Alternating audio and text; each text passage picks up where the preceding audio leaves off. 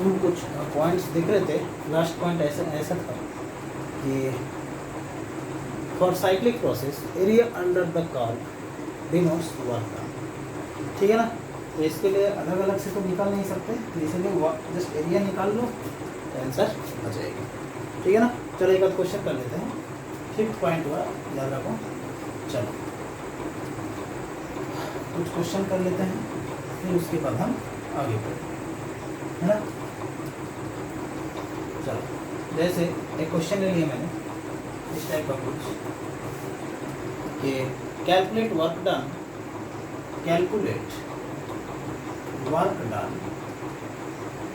है ना।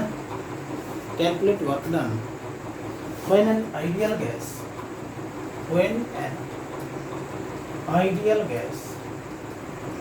okay is expanding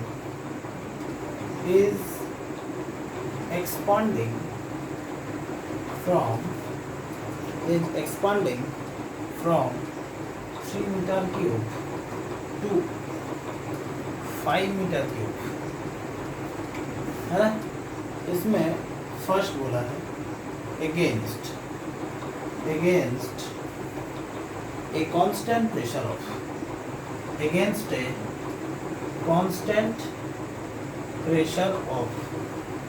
है ना 50 पास्कल। क्या बोला है ठीक से सोचो। Calculate work done when an ideal gas is expanding from 3 meter cube to 5 meter cube। First option दिया against a constant pressure of 50 P A. Okay इसको सॉल्व करूँगा। कांस्टेंट प्रेशर बोला है, अभी बोला है। कांस्टेंट प्रेशर बोल देगा मतलब कौन सा प्रोसेस, इरिवर्सिबल प्रोसेस। और इरिवर्सिबल प्रोसेस का मतलब है कि पी एक्सटर्नल कांस्टेंट, मतलब ऐसा होगा बोला W माइनस पी एक्सटर्नल को बाहर रखना और V1 to V2 मतलब यहाँ पे 3 to 5 dV यही तो था। पी एक्सटर्नल कितना 50, एक्सपांसन बोला तो -50 इंटू 5 - 3 होगा, मतलब -50 इंटू 2, है ना। मतलब हो जाएगा -100 जूल, है ना। मीटर क्यूब इंटू पास्कल कर देगा जूल। ठीक है। अब बोला है तो जैसे कांस्टेंट प्रेशर बोल देगा तो प्रोसेस कौन सा, इरिवर्सिबल प्रोसेस। अब बोल दिया, मान लो इसका सेकंड पार्ट ऐसा बोल दिया कि against a variable pressure, against a variable pressure given by P equals to 20 plus V, 20 plus 2V। चलो इसको सॉल्व करो। अब बोल दिया calculate work done when an ideal gas is expanding from 3 meter cube to 5 meter cube against a variable pressure given by P equals to 20 plus 2।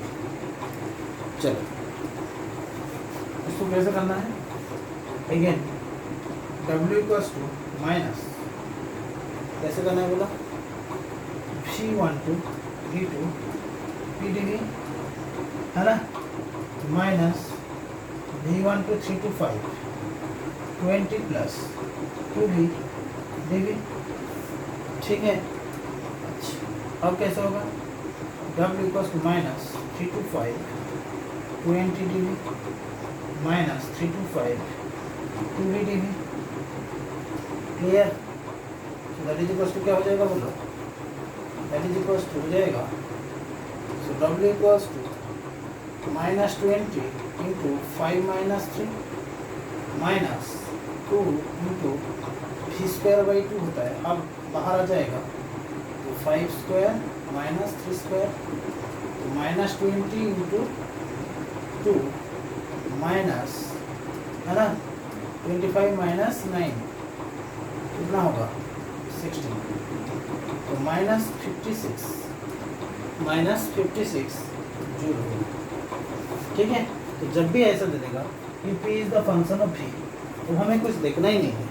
W equals to से क्या कर देना है, -P dV की जगह पे, P की जगह पे से कितना पुट कर देना है, तो इंटीग्रेशन करो, कम करो, तो 20 + 2V dV है ना, तो -3 to V 20 dV -35 again 2V dV, फिर इंटीग्रेशन करने के बाद आंसर कितना है, -56 जूल।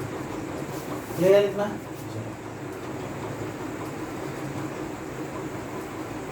ये क्वेश्चन सबको समझ आया होगा, है ना। और आगे बढ़ते हैं, है ना। तो हमने देख लिया था पॉइंट नंबर 5। कुछ पॉइंट तुम्हें थोड़ा सा याद रखना, ठीक है ना।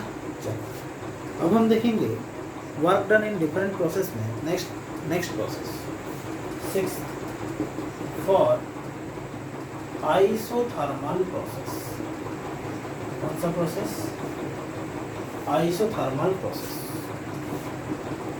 क्या होता है इसके लिए, T कांस्टेंट होता है, तो डेल्टा T क्या होगा, 0। और हमें पता है डेल्टा T क्या होगा, 0।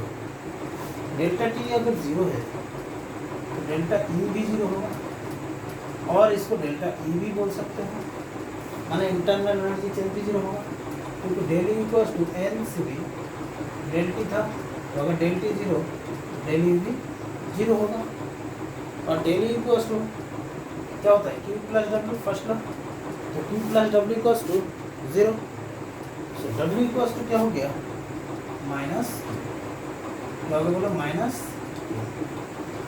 For isothermal process T constant होता है, तो डेल T क्या होगा, 0 होगा, तो del equals to NCV del T 0, तो डेल E 0, तो डेल इक्वल्स टू 0, तो Q + W equals to 0, so W equals to क्या होगा, माइनस। ठीक है, इतना समझ आया।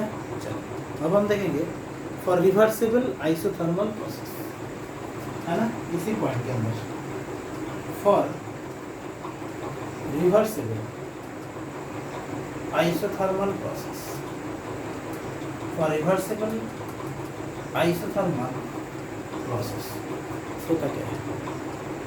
फॉर रिवर्सिबल आइसोथर्मल मैंने बोला कि रिवर्सिबल के लिए T एक्सटर्नल कांस्टेंट नहीं होता है, ये क्या होता है, वेरिएबल।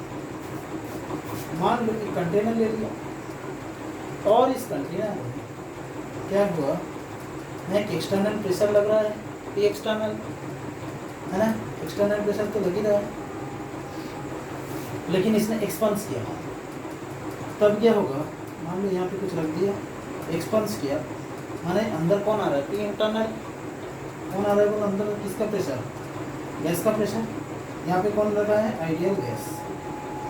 ठीक है, तो फिर क्या होगा, कुछ थोड़ा बहुत ऊपर उठा होगा dV, है ना, so W equals to again formula minus V1 to V2 P external into dV, that is equals में बोल सकते हो minus V1 to V2 P internal plus dP into dV, यही तो होगा। ठीक है, चलो फिर उसके बाद देखो तो क्या हो गया बोला, इसके बाद मैं यहाँ से कर रहा था ना, तो W equals to minus V1 to V2 P internal plus dP into dV, that is equals to क्या होगा, V1 to V2 P internal into dV, है ना, plus again V1 to V2, है ना, प्लस बोल रहा हूँ, माइनस प्लस में माइनस हो जाएगा dP dV। अब देखो दो छोटे छोटे टर्म को मल्टीप्लाई और छोटा हो जाएगा, तो इसको 0 मान लिया, so that is equals to क्या होगा बोलो, दैट इज इक्वल्स टू हो जाएगा रिवर्सिबल आइसोथर्मल प्रोसेस के लिए हम करें, तो minus V1 to V2 P internal into dV, अंदर कौन था, आइडियल गैस था, तो आइडियल गैस के लिए तो क्या होता है, dV equals to nRT, dV equals to क्या था, nRT, ठीक है ना, तो minus V1 to V2 nRT by V into dV, यही तो होगा, nRT by V into dV। अब एन आर टी तो कांस्टेंट है, v1 to v2 dv by v, तो minus N R T L N v2 by v1 होगा, minus N R T L N v2 by v1 होगा। So that is equals to, so w equals to कौन सा फॉर्मूला है, minus N R T L N v2 by v1, that is equals to मैं लिख सकता हूँ minus 2.303 N R T log v2 by v1, minus 2.303 N R T log v2 by v1। ठीक है, अच्छा हमें ये भी पता है कि p1 v1 equals to p2 v2 है ना। सो अगर v2 by v1 that is equals to क्या हो जाएगा, p1 बाई p2, तो यहाँ पे मैंने पुट कर दूंगा तो क्या हो जाएगा, तो w इक्वल्स टू क्या हो जाएगा माइनस 2.303 आर टी लॉग क्या हो जाएगा p1 by p2, p1 by p2। ठीक है ना, फिर से एक बार बोल रहा हूँ क्या होगा ना, अंदर कौन था, आइडियल गैस था, एक्सपांस हुआ मान लो पी इंटरनल प्लस थोड़ा बहुत मान लो डीपी अमाउंट प्रेशर है ना, तो पी इंटरनल प्लस डीपी से क्या हो गया into DV, P external equals to DP into DV, दोनों छोटे छोटे टर्म तो जीरो हो गए, तो minus P internal into DV, तो N R T by V into DV, N R T constant है क्योंकि केमिकल रिएक्शन एक कांस्टेंट टेम्परेचर में होता है, तो v1 to v2 dv by v L N v2 by v1, so w equals to minus N R T L N v2 by v1, तो minus 2.303 N R T log v2 by v, so that is equals to w equals to minus 2.303 N R T log v2 by v1। Clear, इतना clear. और q equals to अभी देख लीजिए isothermal के लिए q equals to minus w, तो w जो भी होगा उसका माइनस कर दोगे तो वही q आ जाएगा, तो q इक्वल्स टू कौन सा फॉर्मूला होगा बोलो, q इक्वल्स टू हो जाएगा प्लस 2.303 एन आर टी है ना, N R T log v2 by v1, q equals to plus 2.303 log N R T log v2 by v1। Okay, so that is equals to हो जाता है plus 2.303 N R T log v1 by, ये q का expression और ये w का expression for reversible isothermal process. Clear इतना,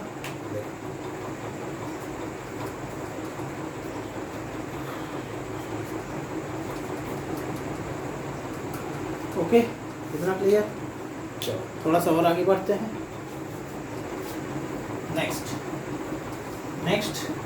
7th number point मान लो ऐसा ले लिया, 7th या 8th नंबर जो भी नंबर पॉइंट होगा है ना, देखो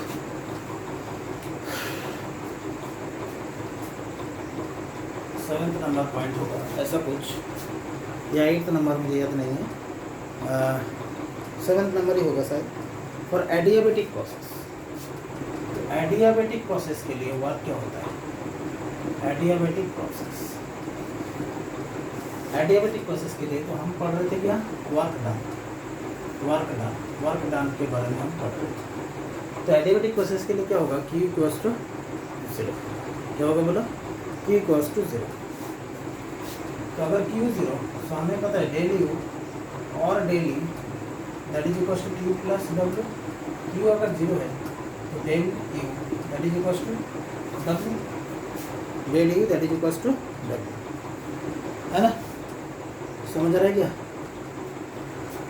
अब ऐसा है डेल इक्वल्स टू क्या था, NCB इंटू डेल्टा टी, क्या था बोलो, NCB into delta T that is equals to W, NCB into delta T. Clear, okay, NCB into delta T.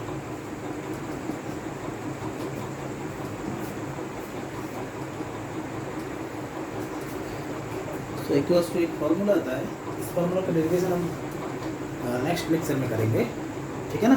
So that is equals to आता है, so W equals to NCB delta T, NCB delta T, so that is equals to हो जाता है NR into T2 minus T1 by gamma minus 1.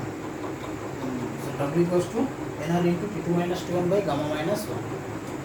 That is equals to P2 V2 minus P1 V1 by gamma minus 1.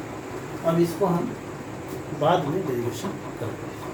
So W equals to NR into T2 minus T1 by gamma minus 1. That is equals to P2 V2 minus P1 V1 by gamma minus 1.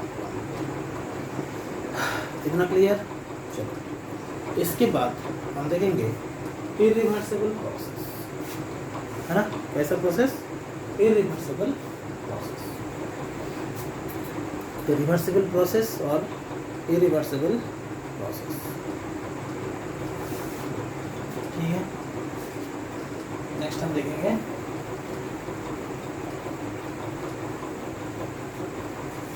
For irreversible process, है ना. Irreversible process के लिए क्या होगा? Irreversible process के लिए formula है W equals to minus P external into V1 to V2 dV. क्योंकि एक्सटर्नल क्या है? पी एक्सटर्नल वो कांस्टेंट है, तो मैं बोल सकता हूँ minus P external into V2 minus V1, या ऐसा बोल सकता हूँ minus P external into del V. Clear इतना? चलो इसके बाद मैंने अगर बोल दिया भाई आइसोकोरिक, तो आइसोकोरिक हो गया, तो अभी भी बोला डेल V 0, तो W इक्वल्स टू 0. ठीक है. मैंने अगर बोल दिया फ्री एक्सपांशन, क्या बोल दिया? Free expansion. तो अगेन अब पे एक्सटर्नल इक्वल्स टू 0 वो भी बोल दिया मैंने अभी, तो W इक्वल्स टू अगेन 0 होगा. मैंने अगर बोल दिया कि for chemical reaction,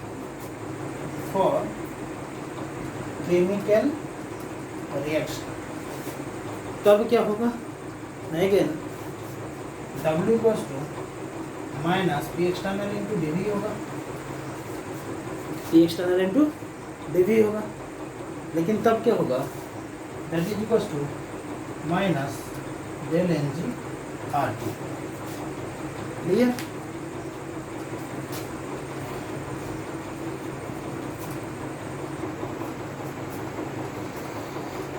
actually chemical reaction में क्या होता है ना.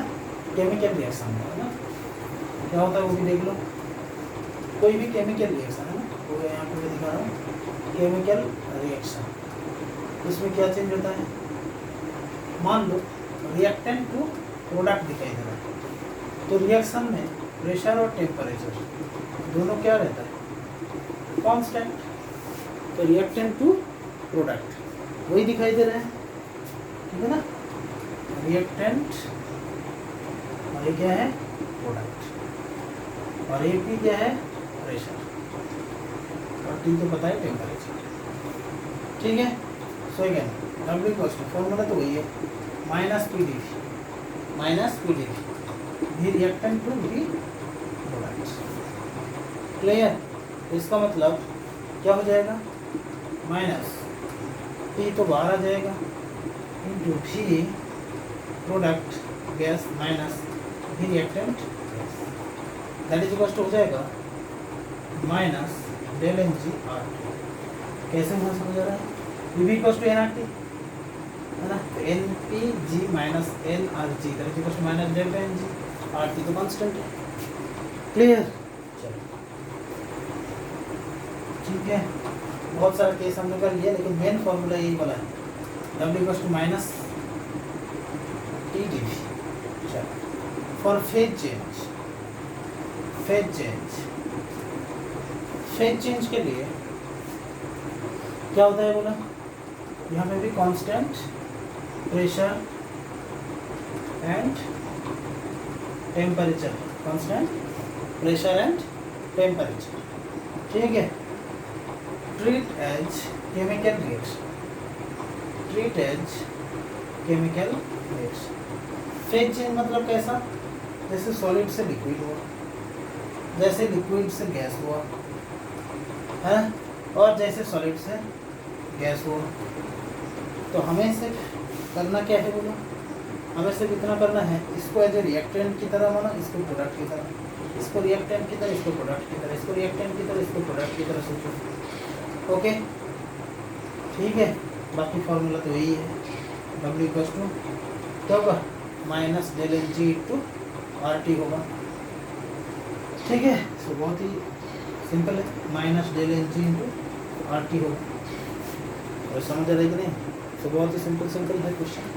तो सॉलिड से लिक्विड है तो इसका जीरो ही हो जाएगा, यहाँ पे क्या हो जाएगा, प्रोडक्ट का W इक्वल्स टू यहाँ से क्या हो जाएगा, माइनस PVG है ना, जस्ट क्या होगा, फाइनल का हो जाएगा, या बोल सकते हो माइनस RT,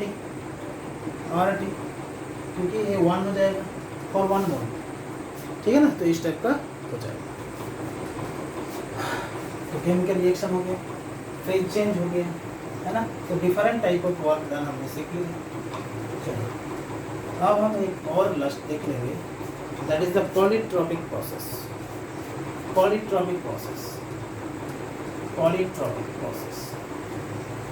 इसके लिए PV to the power x that is equals to constant होता है, PV to the power x equals to constant होता है। इसके लिए वर्क डन से तो अभी फॉर्मूला लिख लो, बाद में डेरिवेशन करो, ठीक है ना। दैट इज इक्वल्स टू होता है P2V2, जैसे एडियाबेटिक के लिए था P1V1 भाई, नीचे गामा माइनस 1 था, यहाँ पे सिर्फ x माइनस 1 करना है। That is equals to NR T2 minus T1 by gamma minus 1। मैं बार बार बोल रहा हूँ कि मैंने इन दोनों का डेरिवेशन नेक्स्ट क्लास में, क्योंकि थोड़ा बड़ा है और कुछ चीज़ रिलेटेड है, उसको समझाना। ठीक है, इतना देखो समझ आएगी।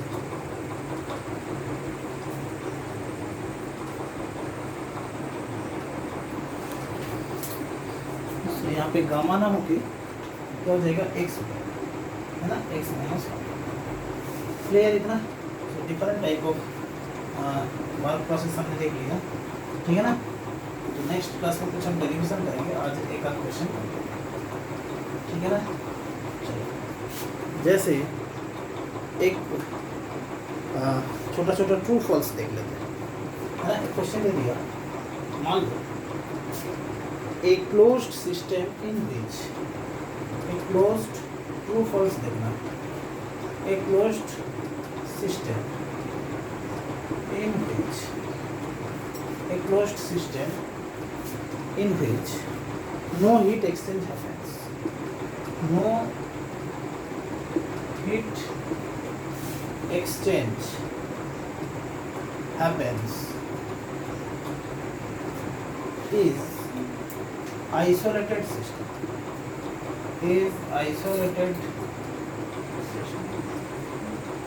a true or false? A closed system in which no heat exchange happens is isolated system। अगर एक क्लोज्ड सिस्टम उसमें हीट एक्सचेंज नहीं हो रहा है, क्या ये वो आइसोलेटेड सिस्टम होगा? याद करो, ओपन सिस्टम मतलब जहाँ पे सिस्टम और सराउंडिंग्स के अंदर मास और एनर्जी दोनों का एक्सचेंज हो रहा था। क्लोज्ड सिस्टम में मास का नहीं हो रहा था, एनर्जी का एक्सचेंज हो रहा था। और कौन सा सिस्टम में, आइसोलेटेड सिस्टम में मास का भी और हीट का, दोनों का किसी का ही नहीं हुआ, मास और एनर्जी। बात ऐसा है, चलो हीट का तो नहीं हुआ लेकिन वर्क का तो एक्सचेंज हो सकता है, वर्क का। तो इसीलिए ये स्टेटमेंट पूरी तरीके से क्या हो गया, अगर हीट का एक्सचेंज नहीं हुआ तो वर्क का तो एक्सचेंज हो ही सकता है, ठीक है।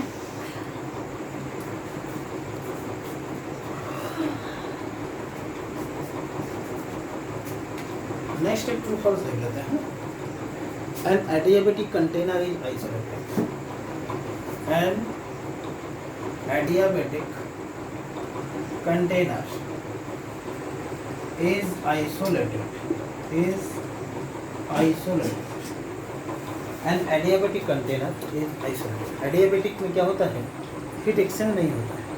वही बात है कि हीट एक्सचेंज नहीं हुआ होगा, लेकिन वर्क का तो एक्सचेंज हुआ होगा, वर्क तो हुआ हो, तो इसलिए ये आइसोलेटेड नहीं हो सकता, ये भी फॉल्स। क्लियर? इतना क्लियर? ठीक है, चलो तो आज यहाँ तक है ना, आगे जाके और हम डिटेल्स